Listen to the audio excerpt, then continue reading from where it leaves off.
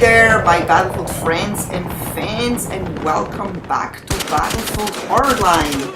I hope you still like Hardline as much as I do, and because I'm gonna probably most likely play this game until Battlefield 5 comes out. I may go back to Battlefield 4 if they come out with some new maps, but other than that I'm gonna stick to this game, and I cannot wait for the first DLC to come out because I now feel that I need a few more maps to play on. I really love the maps that we have here, but they're just not enough for my taste. You can never have enough maps, and you know, people still complain that there are not enough guns in this game, which I find silly because, you know, how many guns do you really need to get the job done? I think almost every gun in this game is amazing in its own way. And speaking of, I'm playing here with a DMR. I don't usually like DMRs. I found them super annoying in Battlefield 4. Oh my god, like everyone was using DMRs in Battlefield 4. It was just so annoying, and it's like, you know, when everyone uses something, then I purposely don't use it because I feel like, ugh, you know, I don't have to use what everyone uses. Boring.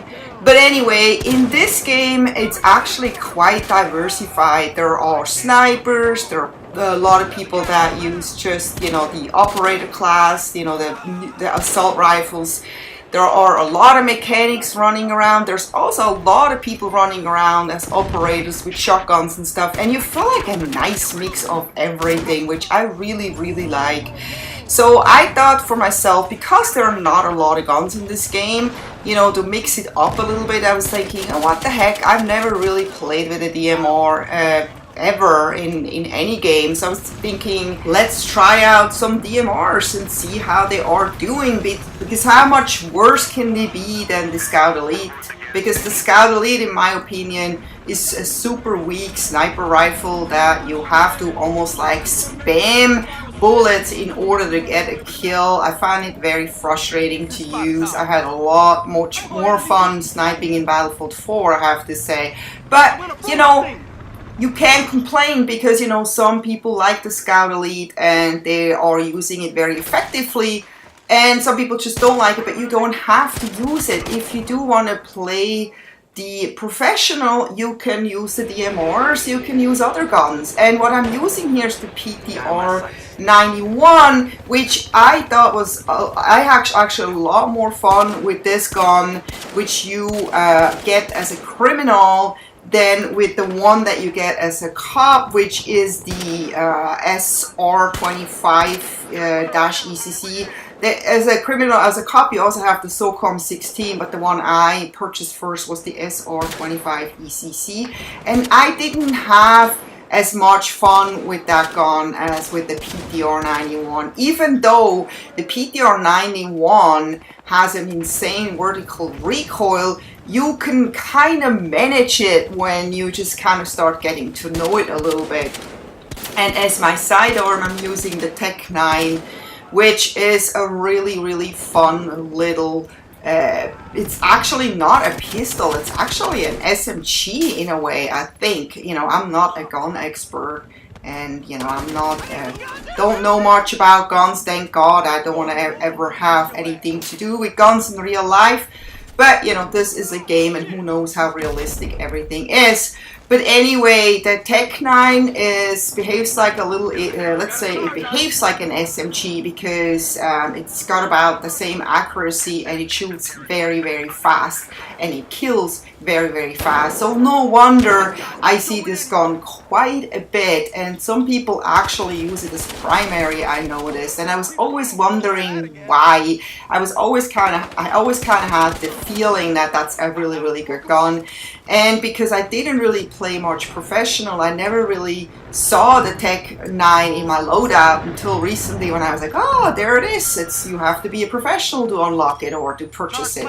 And so I did, and I tried it out in this game, and I have to say I highly recommend this gun. I mean, obviously, I don't want this gun to become like, you know, a gun that everyone uses, because then we have the same issue again. But I don't think it's like necessarily overpowered. It's just a very effective little sidearm.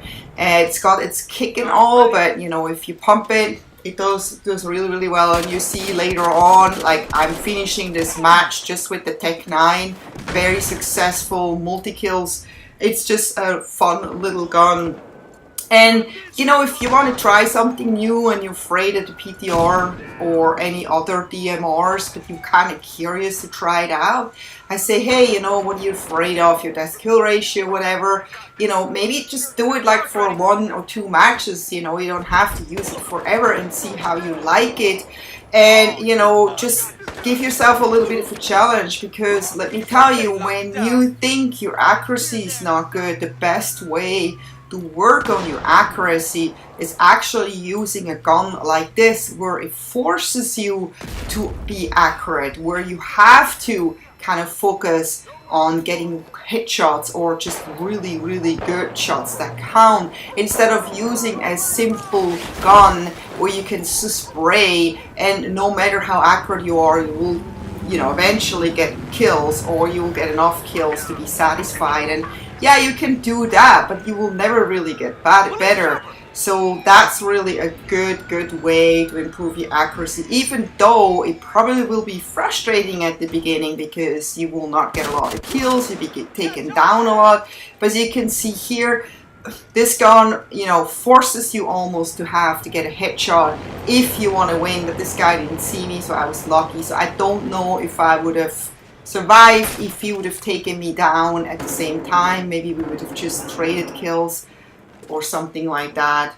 But look at that, a little tripwires. I love putting tripwires down. I was always a huge fan of claymores in Battlefield 4, Battlefield 3, Call of Duty, you know, wherever you could put like little mines and claymores down. It's always fun that, you know, you put some little trap somewhere, you're on the other side of the map, and someone gets taken down and you're like, oh my god, I forgot that I planted this, you know, this little mine or whatever, and you get the kill, you know, long after you've forgotten about it. And the cool thing about the tripwires is that they stay after you die. But the other thing is, you know, some people put them too obvious, and you have to know the tripwires can be seen very easily. So the best way to put them is, you know, around corners where you know people rush around without checking. But anyway, here you see Tech 9 in action, and you can see that that thing is so fast that anyone who runs into you almost doesn't have a chance, unless they probably have a Mac 10.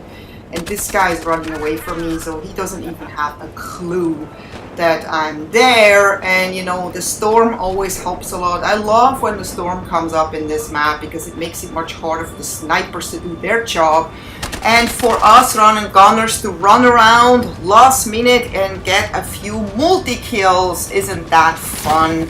So I probably will use DMRs a bit more to just kind of unlock their full potential, and maybe do some more videos about them. But until then, I hope you enjoyed this. Take care. See you next time. Bye bye.